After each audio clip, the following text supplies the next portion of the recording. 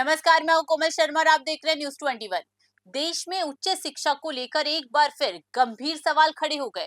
कई कॉलेजों की संबद्धता और नवीनीकरण की स्थिति अब चर्चा में है। सूत्रों और उपलब्ध दस्तावेजों के अनुसार कुछ कॉलेजों को वर्षों से केवल अस्थायी या पेंडिंग संबद्धता के आधार पर संचालन की अनुमति दी जा रही है। सवाल ये उठता है कि जब नवीनीकरण या स्थायी मान्यता लंबित है, तो फिर इन कॉलेजों में छात्रों का दाखिला कैसे जारी है? ये मामला सिर्फ कॉलेज का नहीं, बल्कि संबंधित विश्वविद्यालयों, नियामक संस्थाओं की कार्यप्रणाली पर भी सवाल खड़ा करता है। सबसे बड़ा असर छात्रों पर पड़ता है, जिनका समय, पैसा और भविष्य इस प्रक्रियागत देरी में फंस जाता है। अब देखना होगा कि संबंधित विभाग इस पूरे मामले में क्या कदम उठाता है और क्या इन अनियमितताओं पर कोई ठोस कार्रवाई होती है या नहीं। देखिए हमारे एडिशनल डायरेक्टर संजीव प्राशर की स्पेशल रिपोर्ट। नमस्कार दोस्तों, मैं संजीव पाराशर मेरे इस प्रोग्राम में आपका बहुत बहुत स्वागत करता हूं। दोस्तों, महाराजा गंगा सिंह यूनिवर्सिटी बीकानेर की शान जो 2003 में बनी, लगभग 23 साल हो गए इस यूनिवर्सिटी को बने हुए। लेकिन कुछ मूलभूत बातें जो मैं आप सब लोगों से आज करने जा रहा हूं, वो ऐसी बातें हैं जो आप सब लोगों को भी शायद पहली बार जानने को मिलेगी। दोस्तों, बीकानेर एकेडमिक क्षेत्र में एग्रीकल्चर यूनिवर्सिटी हो, चाहे मेडिकल कॉलेज हो, कौन सा कॉलेज यहां पर नहीं है। और बीकानेर को शिक्षा की नगरी भी कहा जाता है। जब महाराजा गंगा सिंह यूनिवर्सिटी 2003 में बनी, तो बहुत सी चीजें इस यूनिवर्सिटी से एक्सपेक्टेड थी कि बीकानेर के शिक्षा के जगत में इस यूनिवर्सिटी के बनने के बाद में कुछ आमूलचूल परिवर्तन देखने को मिलेगा। दोस्तों, अगर मैं ये कहूं कि एक कमेटी होती है जिसे national assessment of accreditation committee बोलते हैं, उसने अभी जो रिव्यू किया है एमजीयू का, जो मार्किंग दी है, सीजीपीए बोलते हैं जिसको, 1.67 out of 4, mean C grade. मतलब ये यूनिवर्सिटी अभी भी अपने मानदंडों पर खरी नहीं उतर रही है। बहुत से कारण हैं, मैंने पहले भी कई मेरे प्रोग्राम में आप लोगों से चर्चा की थी कि एग्जामिनेशन शेड्यूल जो कि काफी ज्यादा ओवरलैपिंग रहता है और कभी कभी एंड टाइम पर जारी किया जाता है, एक कारण ये भी हो सकता है। दूसरा कारण मैं ये कहूंगा कि एफिलिएशन देना। दोस्तों, एफिलिएशन को समझिए। एफिलिएशन एक ऐसा पार्ट है, जब भी कोई कॉलेज जो है वो नया बनता है, वो ये चाहता है कि उसके यहां पर कुछ एकेडमिक या बीएससी, बीए या कुछ भी इस तरह की शिक्षा जुड़े, तो वो एक यूनिवर्सिटी को अपने निर्धारित जो है फॉर्मेट के अंदर, अपने कॉलेजेस के अंदर जो सुविधाएं हैं वो कितनी हो रही हैं, फायर का कितना है, कितना प्लेस है, कितना स्टाफ है, सारी सूचनाएं जो है वो इकट्ठी करके यूनिवर्सिटी को देता है।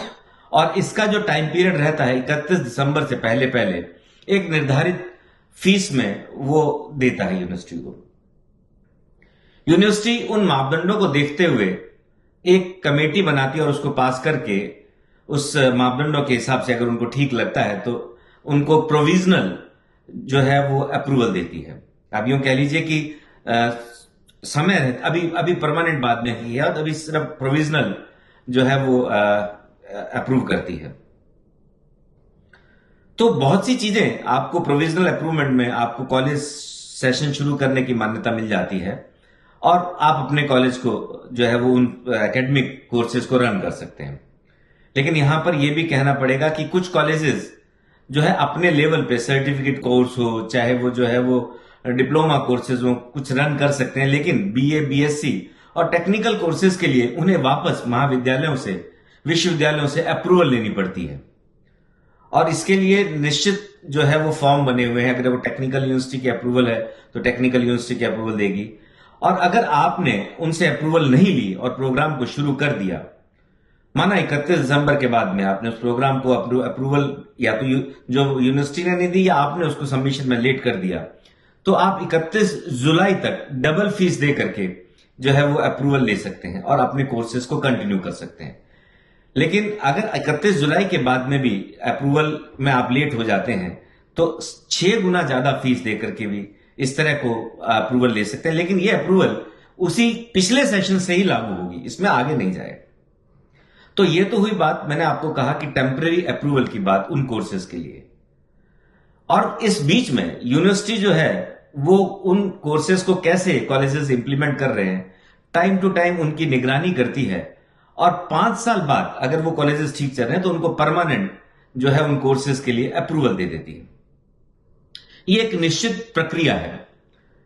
अभी यूं कह लीजिए कि 21 अप्रैल को यूनिवर्सिटी ने एक मीटिंग बुलाई जिसमें एकेडमिक काउंसिल के सभी सदस्यों को इनवाइट किया गया। अब आप यूं समझिए कि एकेडमिक काउंसिल क्या होती है। दोस्तों, एकेडमिक काउंसिल किसी भी कॉलेज के पाठ्यक्रम, परीक्षा और साथ साथ में शिक्षण का जो काम संभालती है, दैट इज एकेडमिक काउंसिल। उस मीटिंग में यह कहा गया कि जिन कॉलेजेस को एफिलिएशन को लेकर के, मान्यता को लेकर के अभी तक पेंडिंग चल रहे हैं, उनका निस्तारण किया जाएगा। दोस्तों, एफिलिएशन 1 साल के हों, 2 साल के हों तो चलता है, लेकिन बहुत से कॉलेजेस के एफिलिएशन इवन 10-10 साल से, 12-12 साल से पेंडिंग चल रहे हैं। यह यूनिवर्सिटी की कार्य कुशलता को, कार्य प्रणाली को भी दर्शाता है कि इतने पेंडिंग एफिलिएशन या तो कॉलेज की तरफ से उनको सबमिट करने में डेट किया गया, या यूनिवर्सिटी ने उनके प्रॉपर रिप्लाई करने में देर किया गया। लेकिन बहरहाल जो है वो एफिलिएशन डिले चल रहे थे और इस पे एकेडमिक काउंसिल की मीटिंग होने जा रही थी, मतलब यूं कह लीजिए।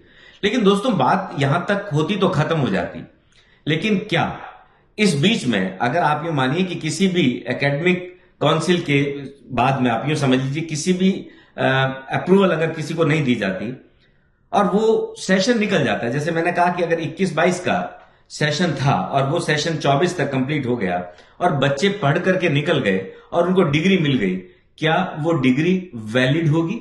क्योंकि टेक्निकल एजुकेशन की जो यूनिवर्सिटी टेक्निकल एजुकेशन है वो पिछली डेट से कभी अप्रूवल को नहीं देती, ये उनका रूल है।